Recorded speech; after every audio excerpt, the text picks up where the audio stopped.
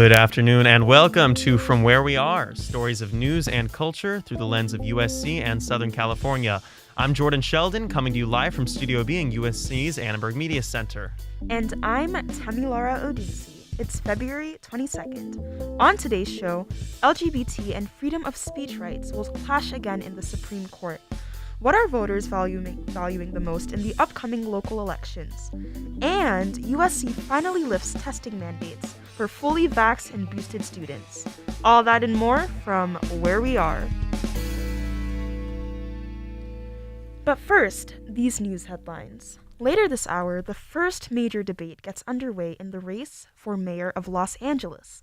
Candidates include Congresswoman Karen Bass and two LA City councilmen, Joe Buscaino and Kevin DeLeon. LA City Attorney Mike Fiore is in the race and also scheduled to attend USC Board Chairman Rick Caruso this month, also announced his candidacy for LA Mayor. The debate is being held at Loyola Marymount University starting at 5:45 p.m. The primary is coming up on June 7th. Homelessness has been a major issue for voters and for candidates in the race for LA mayor. If it seems like you see more and more tents and a makeshift housing covering underpasses and parks and viaducts, you may be right. Tonight, the annual effort to count the homeless population begins. It is officially called the Greater Los Angeles Point-in-Time Homeless Count. Thousands of volunteers fan out across LA County over 3 nights to try and count the number of unhoused persons. Today, a federal jury found the killers of Ahmaud Arbery guilty of hate crimes. The 3 men were convicted in November of state murder charges and sentenced to life in prison. Today, jurors determined the killers were motivated by racism when they chased down and shot Arbery. Tomorrow marks the 2nd anniversary of the day Arbery was murdered as he jogged through a neighborhood in South Georgia. And those are some of the top news headlines today.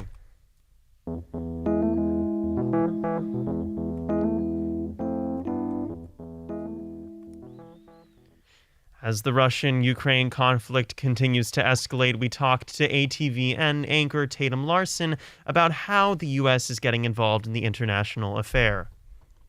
And today we're joined by Tatum, who is a reporter with Annenberg TV News, giving us some live updates on the current situation unfolding with Russia and Ukraine.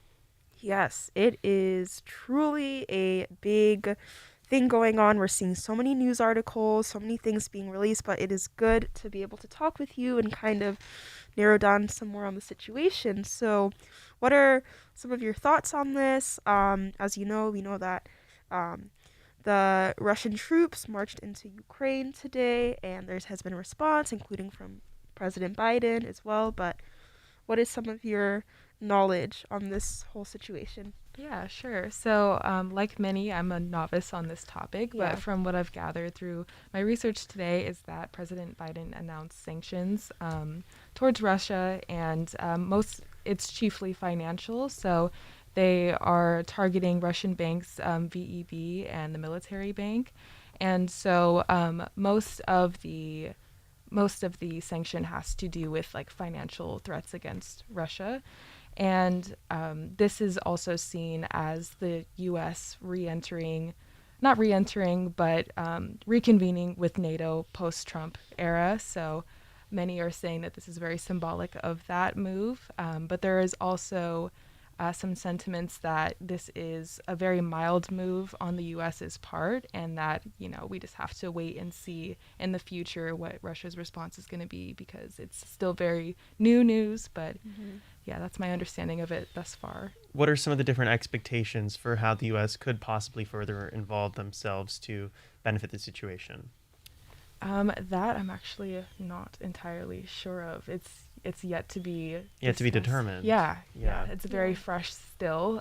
So this is just the first move on the U.S.'s part to try to combat Russia's actions. I do know that Biden stated that this is a move for the U.S. to they're going to further sanctions if Russia furthers actions.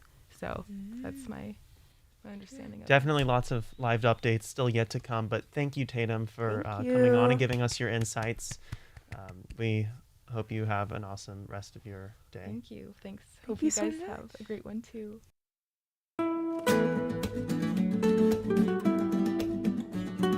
And that's a special thanks to Tatum and Tamilore's breathing. As the Russia-Ukraine conflict continues to escalate, that is the story we just read. The Supreme Court has announced today that it will be taking on a freedom of speech case involving the refusal to serve gay couples. Matthew Andrade has more on the case. Colorado-based web designer Lori Smith says her religious beliefs prevent her from building websites for gay weddings. She also wants to include a notice on her website that she will not be serving same-sex couples, but she's unable to do so because of Colorado's anti-discrimination law. Smith argues that this is a violation of her freedom of speech and religion. If this sounds familiar, that's because of the 2018 Masterpiece Cake Shop case where a Colorado baker declined to bake a wedding cake for a gay couple. The Supreme Court ruled that the Colorado Civil Rights Commission had acted with anti-religious bias. However, the court did not decide whether a business is allowed to decline service to LGBTQ customers on the basis of their religion. Members of the LGBTQ community are frustrated that their rights are constantly up for debate. Hayes Waycaster, a gay student at USC, believes that the facts of the case are dehumanizing. And no one should have to deal with that type of discrimination in their daily lives when it's something so simple and easy as baking a cake or a website or something like that. I mean, it just makes you feel lesser than other people in a way that people who haven't experienced that type of discrimination can even understand. The Supreme Court said it would take up the case to consider whether applying a law that forces an artist to speak or stay silent violates the First Amendment. Colorado's anti-discrimination law fits that bill. Smith's lawyers argue that the law requires religious artists to celebrate same-sex marriage, while allowing other artists to decline anti-religious messages. Some members of the LGBTQ community, such as Waycaster, argue that Smith should be allowed to exercise her religious beliefs up to a point.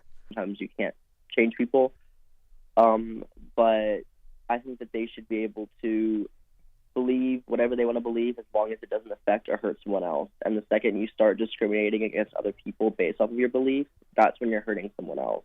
This case is unique because there is no evidence that a gay couple ever asked Smith to build a website for their wedding. Instead, the lawsuit involves a dispute between the business owner and the state. What will be the outcome of the case? It's difficult to know, but USC alum Frank Lee, who majored in history, law, and culture, notes that the court could decide to throw out the case altogether. It's possible that this court that is now more conservative could try and answer the question head on. But there's also a chance that the court could just dock the question by noting that because there hasn't been any actual harm suffered by Ms. Smith, the case doesn't have, or Ms. Smith doesn't have standing to bring a case, in which case there would be nothing for the court to actually decide. The Supreme Court will begin deliberation on the case in the fall. For Andrade Media, I'm Matthew Andrade.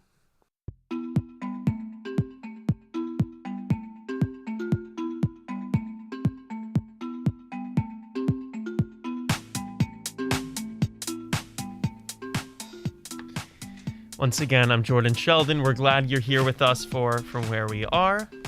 And I'm Tamilore Odunsi. It is 8 minutes past the hour. Coming up, our homelessness and crime, the issues Californians want to tackle the most. And what will students continue to get tested for COVID when the mandate has dropped? Stay with us.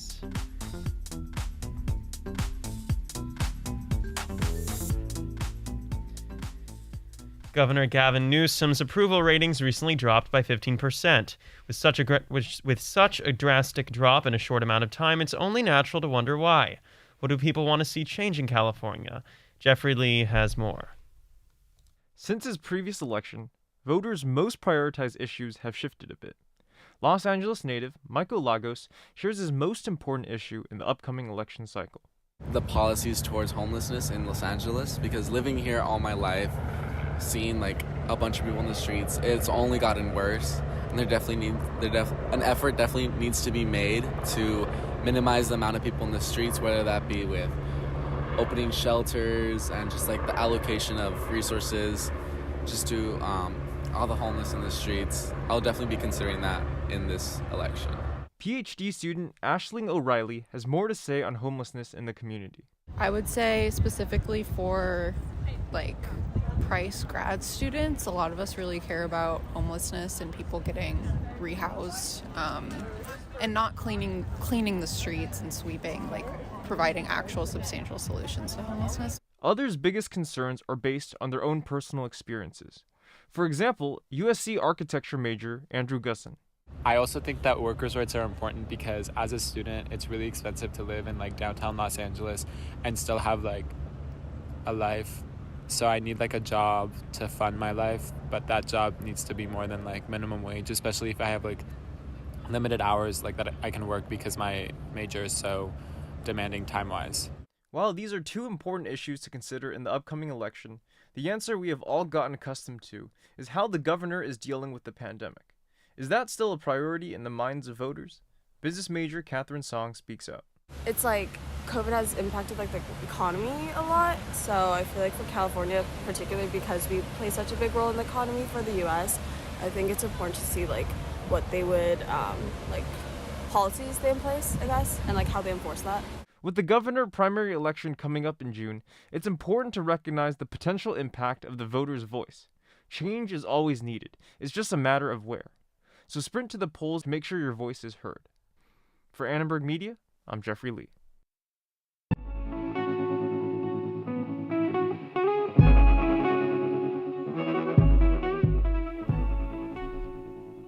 Did you hear?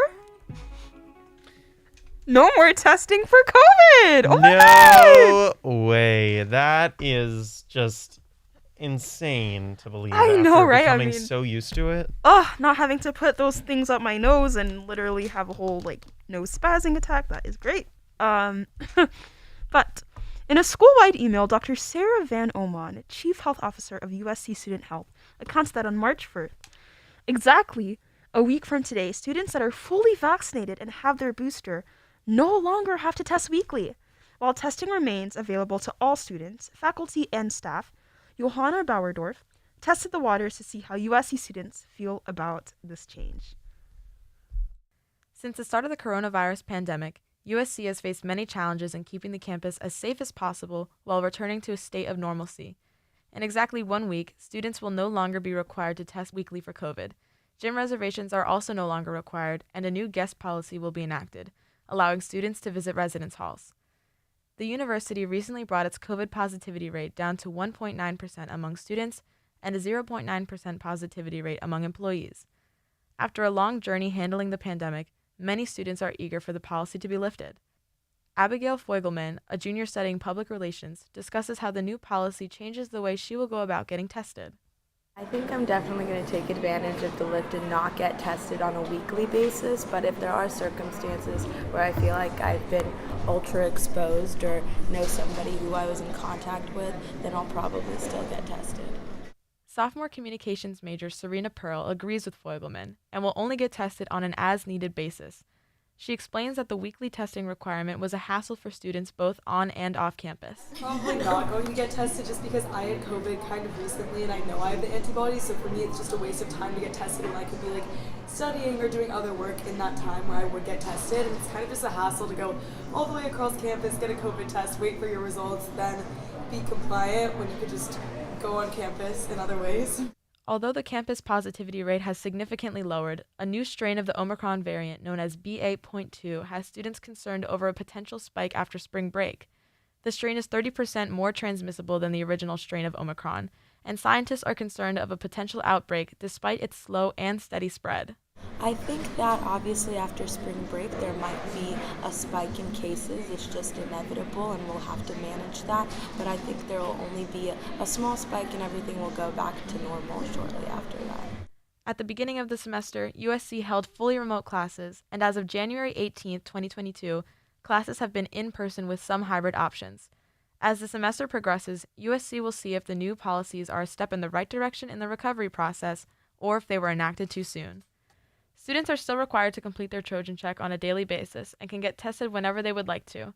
To schedule an appointment, visit your MySHR account for more details. For Annenberg Media, I'm Joanna Bauderdorf, and Jeffrey Lee also contributed to this project. And that's all we have time for today. Happy 22222 Tuesday. Jeffrey Lee, Polina Cherezova produced today's show. We also got help from Shirley Jihad. Fernando Cienfuegos is our technical operator, and Derek Ronfro composed our theme music. I'm Jordan Sheldon. And I'm Tamilore Odunsi. Where we are is what you're listening to.